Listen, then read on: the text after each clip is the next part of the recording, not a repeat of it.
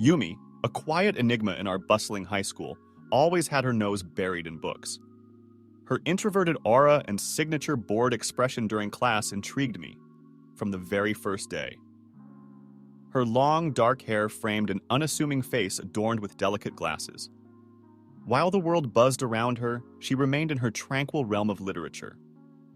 I was drawn to her, captivated by the mystery she exuded.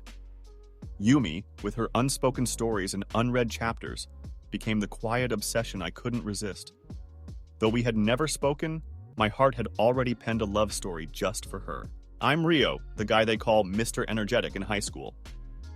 Always the life of the party, I thrive on socializing, laughter, and adventure. My extroverted spirit makes me the go-to person for friends seeking a good time. But there's one thing no one knows. When it comes to love, I have absolutely no idea how to communicate my feelings. One day during our lunch break, I saw Yumi sitting alone with a book in the courtyard. It was at that moment I realized I had to stand and take a chance at love. When I tried to talk to her and get her to join my group of friends over the break, she stood up and walked off without saying a word. I was crushed, but I knew that to make things work, I would have to give it my all. I made it my mission to shatter Yumi's introverted shell, and I approached it with a comedic passion. In class, I'd unleash cheesy jokes that never failed to startle her, secretly passing notes loaded with puns, causing her eyes to roll. I went as far as orchestrating impromptu dance parties in the hallway, coaxing her to join the fun. Initially, Yumi's annoyance was palpable, her patience running thin. But I persisted with my antics, determined to win her over. Then, one magical day, my exaggerated mime act had her giggling uncontrollably. She showed me that underneath her cool exterior, she had a heart of gold, and my relentless pursuit was slowly chipping away at the walls she had built around herself. One day, I noticed a furrowed brow on Yumi's usually serene face during maths class. It was clear she was struggling. With a burst of determination, I approached her after the lesson. "Hey, Yumi, need some help with maths?" I offered. She hesitated for a moment, her introverted tendencies at war with her need for assistance. Finally, she nodded, a faint smile touching her lips.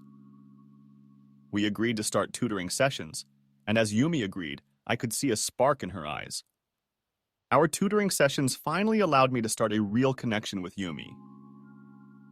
Little by little, she would start to share little personal experiences and stories with me. On the one hand, I was so happy that I got to spend so much time with the person I love. On the other hand, I was tearing myself apart feeling the way I feel without it becoming something more. I soon decided that I would have to confess my feelings. But how? At first, Rio's extroverted nature was overwhelming, and I was timid, even scared. His comedic antics annoyed me endlessly. But he was relentless, breaking down my walls one pun at a time. Soon, his humor became a source of warmth, not annoyance. Our tutoring sessions, originally just about maths, turned into moments where I found solace in his company. His patience and encouragement helped me conquer more than just equations. They conquered my heart. Without realizing it, I fell in love. Not with the extroverted Rio the world knew, but with the caring and genuine person he was beneath that energetic facade. In the park, I sat with my little sister, Sakura, scribbling down my heartfelt confession to Yumi. "Sakura, this has to be perfect," I said, my fingers trembling. Sakura grinned knowingly.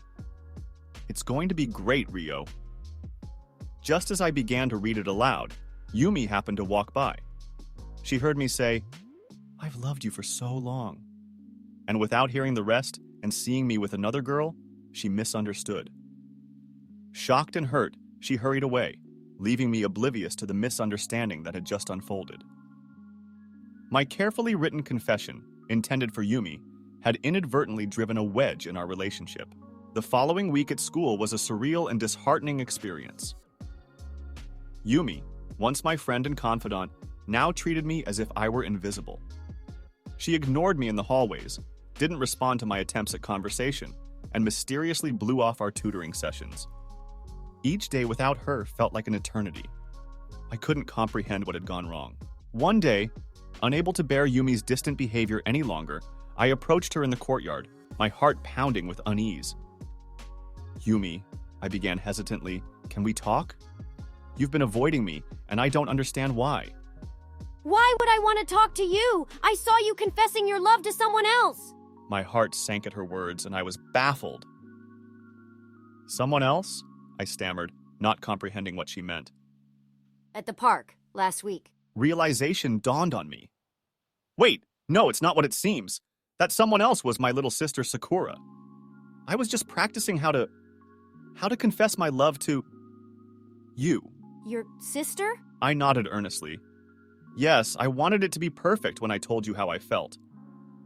A wave of understanding washed over Yumi's face, followed by a radiant smile that lit up the entire courtyard.